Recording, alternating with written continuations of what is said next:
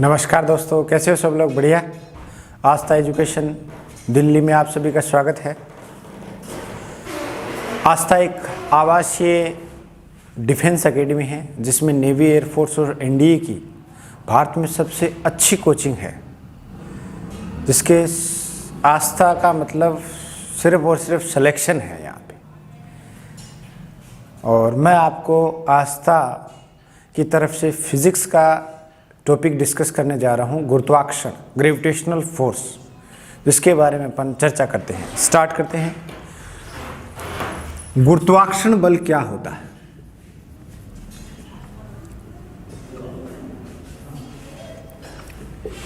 गुरुत्वाकर्षण बल, आप ये मान के चलिए कि एयरफोर्स या नेवी या एनडीए, तीनों में एक क्वेश्चन आपको 100% लिखा हुआ मिलेगा। लेकिन इसको आपको समझना है कि फोर्स तो बहुत टाइप के होते हैं, लेकिन ग्रेविटेशनल फोर्स या गुरुत्वाकर्षण बल क्या होगा जो अर्थ के कारण लग रहा है। आप एक तरीके से बोल सकते हो अपने ऊपर किसके कारण लग रहा है? अर्थ के कारण।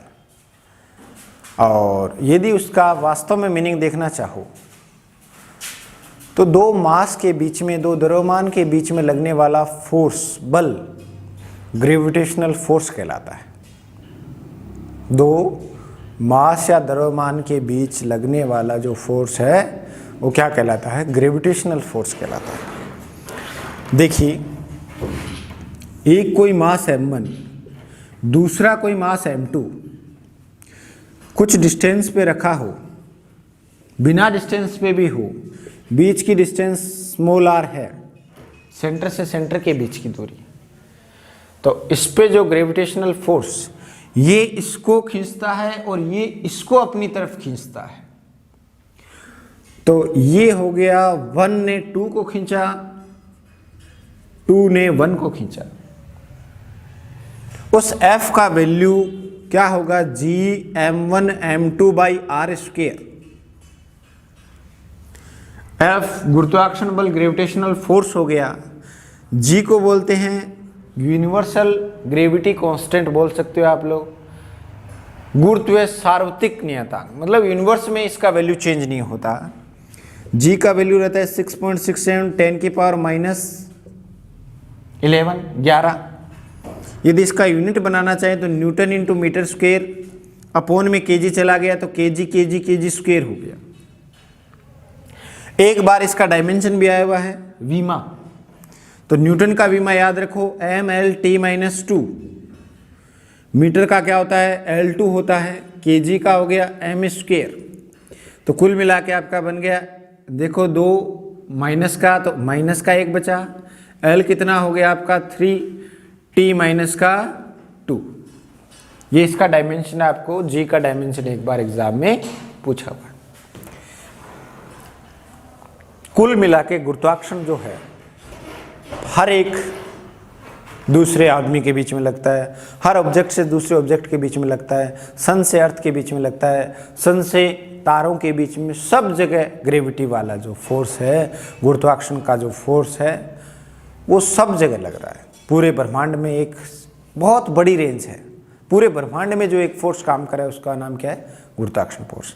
बेसिक फॉर्मूला क्या रहेगा? F = Gm1 m2 by R square. G एक सार्वत्रिक नियतांक का 6.67 10 की power -11 newton metre square upon KG square. Dimension क्या बनेगा? -m-1 L3 t-2 आ जाएगा। ठीक है। अब इसकी क्या क्या प्रॉपर्टी है, क्या क्या क्वेश्चन आते हैं एग्जाम में, वो ध्यान से देखना। एक तो इसकी रेंज बहुत बड़ी है, बहुत ज्यादा इसकी रेंज है, प्रास बहुत ज्यादा है इसकी। दूसरा देखिएगा, ये अट्रैक्टिव नेचर, आकर्षण प्रकृति का है। अब आप कहोगे सर आकर्षण प्रकृति का क्या मतलब हुआ? ये हमेशा रिपेल नहीं करता, प्रतिकर्षित नहीं। एक मास दूसरे मास को खींचेगा, एक मास दूसरे मास को अपनी तरफ खींचता है, कभी धक्का नहीं देता, दूर जा ऐसा नहीं, खींचता है। अब आप पूछो सर हमें तो पता नहीं चलता एक चीज से दूसरी चीज में। आपका मास बहुत ही कम है, ठीक है। ये यदि आपको फील करना है तो बड़ा मास दूसरे बड़े मास को, जैसे सन और अर्थ के बीच में चक्री काट रही है ना, अपनी जो पृथ्वी है वो चारों तरफ चक्री काट रही है, ग्रेविटी के कारण है, ग्रेविटेशनल फोर्स का ही कारण है। अच्छा, तीसरी और सबसे बढ़िया बात, ये मीडियम पे डिपेंड नहीं करता, माध्यम पर निर्भर नहीं करता। माध्यम पे निर्भर नहीं करता, इसका मतलब ये है कि दो ऑब्जेक्ट वस्तु के बीच में जो F यहां पे लग रहा है ग्रेविटेशनल फोर्स, वही पानी में लगेगा, वही किसी मेटल के अंदर रख दोगे तो लगेगा, वही किसी तेल के अंदर रख दोगे, लिक्विड के अंदर रख दोगे तो लगेगा। मतलब F का वैल्यू, मान लो दो पिंड है, उनके बीच में 4 न्यूटन फोर्स लग रहा है तो हमेशा 4 ही रहेगा, वो मीडियम पे डिपेंड नहीं करता। आपको कहेगा क्वेश्चन में 2 m1 और m2 है, दोनों के बीच में r दूरी है, दोनों के बीच में फोर्स F लग रहा है, तो बताओ जब इन्हें तेल के अंदर रख दिया जाए तो कितना फोर्स लगेगा? F लगेगा, F/2 लगेगा, 2F लगेगा, F/4 लगेगा। तो आपको क्या आंसर देना है? F ही लगेगा। आप लोगों ने पढ़ा होगा इलेक्ट्रोस्टैटिक फोर्स 11th क्लास में फर्स्ट, वो मीडियम पे डिपेंड करता है, लेकिन ये मीडियम पे डिपेंड नहीं करता, अट्रैक्टिव नेचर है। एक बात हो, ये सेंट्रल फोर्स है, केंद्रीय बल है। केंद्रीय बल समझते हो? ये कभी ऐसे काम नहीं कर रहा, जैसे मान लो ये इसको ऐसे भी तो खींच सकता था, नहीं, सेंटर टू सेंटर, दोनों को जो मिलाने वाली लाइन है उसके अलोंग ही काम करता है, मतलब सेंटर से सेंटर। तो क्या हो गया? सेंट्रल फोर्स है, केंद्रीय बल है, केंद्रीय प्रकृति, मतलब केंद्र को मिलाने वाली रेखा के अनुदिश ही काम करेगा। जो लाइन जोड़ रही है ना दोनों के सेंटर को, उसके अलोंग ही काम करेगा। ये एफ के बारे में बातचीत है। बात समझ में आई? अब आपका क्या क्या न्यूमेरिकल बन सकता है एयरफोर्स नेवी में? एनडीए का छोटा सा क्वेश्चन मैं बता देता हूं। 2 मास है, उनके बीच में कुछ दूरी थी, एफ फोर्स लग रहा था। यदि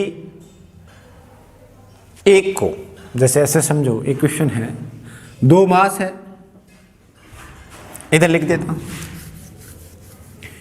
एक मास m है, दूसरा मास भी m है, दोनों के बीच में 5 सेंटीमीटर डिस्टेंस है। यदि दोनों के बीच में 5 सेंटीमीटर और बढ़ा दी जाए तो कितनी हो गई? 10 सेंटीमीटर। तो ये यदि f था तो ये f डैश कितना होगा? बता सकते हो आप आराम से। ये पहले f लग रहा था, ऑप्शन आपको दे देगा 4, f लगेगा, 2f लगेगा, 4f लगेगा, f/2 लगेगा, f/4 लगेगा। बता सकते हो आप। पहले फॉर्मूला क्या बनेगा? f g(m)m स्क्वायर अपॉन 5 का स्क्वायर। दूसरा बीच का डिस्टेंस यही तो है, f dash g(m)m m square 10 का स्क्वायर। f डैश निकालना है आपको, तो f dash by f, gm से gm कैंसिल।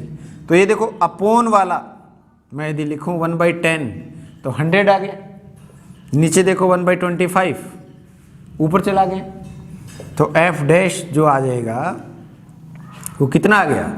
1/4 आ जाएगा ना, दिख रहा होगा आपको, ये ऊपर गया 1/10। तो f डैश आपका यहां से हो जाएगा f/4। सीधा सा छोटा सा क्वेश्चन आया हुआ, सिंपल सा। कुल मिला के जैसे आपने डिस्टेंस बढ़ा दी तो f का वैल्यू कम हो गया, मास बढ़ा दिया तो f का वैल्यू बढ़ गया। ठीक है, अब इसमें एक सीधा सा क्वेश्चन आपको बता देता हूं क्या और आ सकता है। f जो है gm(m1 m2) by r square है। छोटा सा क्वेश्चन क्या आ सकता है? यदि बीच की दूरी में 1% कमी कर दी जाए, 2% कमी कर दी जाए, तो f में कितना प्रतिशत लगभग कमी होगा? ऐसा क्वेश्चन कभी भी आता है। सब फॉर्मूलों के लिए वैलिड है, एक के लिए नहीं, सबके लिए वैलिड है। जब भी 10% से कम की बात हो, 10% से कम की बात हो, तो आपको सिर्फ उसका फॉर्मूला ध्यान रखना है। मान लो उसने कहा r में 1% कम कर दें, बीच की दूरी क्या कर दें? 1% कम कर दें, तो f बढ़ेगा या घटेगा वो आंसर मिल जाएगा। कम का मतलब आप लोग समझना माइनस करना है और अधिक का मतलब प्लस करना है। अब आप इस फॉर्मूले में आओ, एफ यदि मैं आर को ऊपर लेके जाऊं, सारा कुछ मामला 1/r² है ना, तो यदि मैं आर को ऊपर लेके जाऊं तो प्रोपोर्शनल टू हो गया r-2। ठीक है, कब लगाना है फॉर्मूला? सिर्फ फॉर्मूला बेस काम है। 10% से कम हो, 1% कम कर दिया तो स्वाभाविक सी बात है, कम करेंगे तो सीधा उल्टा है, एफ बढ़ेगा, लेकिन आपको वैसे सीधा लिखना है। एफ कैसे होगा? इस -2 को आगे लेके आओ, आर परसेंटेज लगा दो सीधा, इधर भी क्या लगा दो? परसेंटेज। तो एफ परसेंटेज आपके पास आएगा, इधर लिख देता हूं थोड़ा सा, ये तो कर लिया होगा आप लोगों ने, या इसको पॉज करके आप लोग दोबारा देख लेना। एफ परसेंटेज जो आएगा वो आगे आपका सीधा सा -2 आर परसेंटेज, माइनस जो भी वैल्यू है आगे पुट करो, जो भी पावर है उसको आगे लिख दो। तो एफ परसेंटेज आपका आया -2 और आर कितना है? -1। -1 क्या हो गया? +2%। प्लस का आया, इसका मतलब एफ बढ़ गया, सीधा सा मतलब 2% फोर्स बढ़ जाएगा। कब लगाओगे? ये तभी लगाना है जब 10% से कम हो, बाकी तो दूसरा तरीका है। ठीक है, नॉर्मल सा क्वेश्चन था। क्या क्या ध्यान रखोगे? F Gm1 m2/r²। एक बार जी की विमा पूछ ली गई है, ध्यान रखना जी का वैल्यू चेंज नहीं होता, वो किसी पे डिपेंड नहीं करता, यूनिवर्स में एक जैसा ही है वो सब जगह। मान लो ये तो अपन अर्थ की बात कर रहे हैं, अर्थ के अलावा कोई से भी दूसरे भी ग्रह पे चर्चा कर रहे हैं तो भी जी वही लेना है। ठीक है, मीडियम पे डिपेंड नहीं करेगा, मीडियम पे डिपेंड नहीं करेगा। ठीक है दोस्तों, बेस्ट ऑफ लक, करते रहो तैयारी।